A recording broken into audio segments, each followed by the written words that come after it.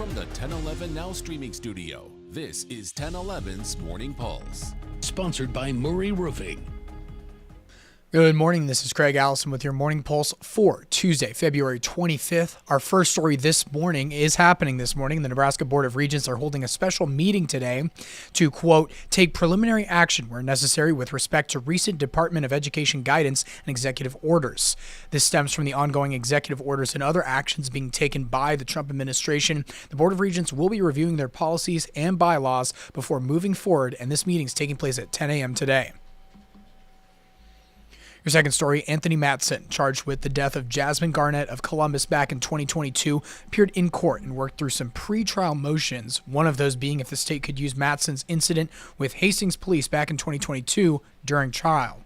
The state had several Hastings police officers walk the judge through when Mattison shot at police 10 days after Garnett was reported missing. It could take more than a month to get word back from the judge if this incident can be used in trial.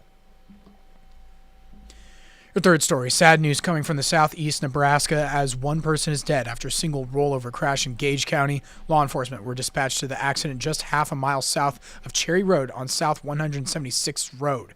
Sheriff's office says the driver, 42-year-old Jeremy Othmer of Adams, has died. They said he was traveling south on 176th Road and hit a bridge railing, causing the vehicle to roll several times. Othmer was the only person in the vehicle and was using a seatbelt.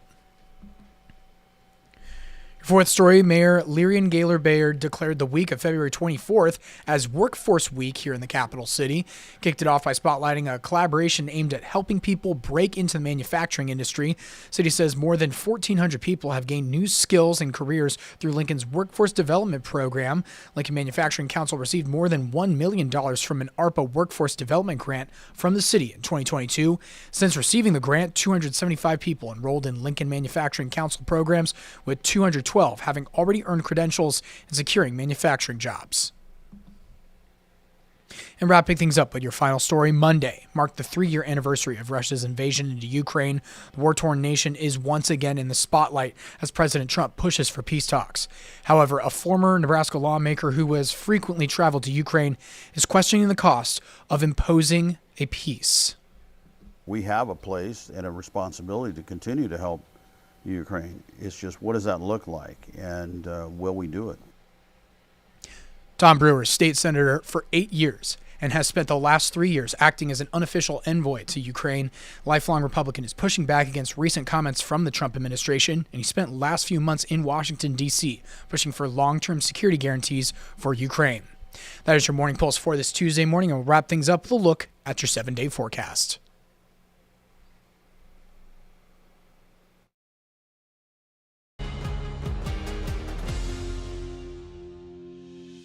You've been listening to 1011's Morning Pulse. Watch, listen, stream on the 1011 Now app, on YouTube, or wherever you get your podcasts. Sponsored by Murray Roofing.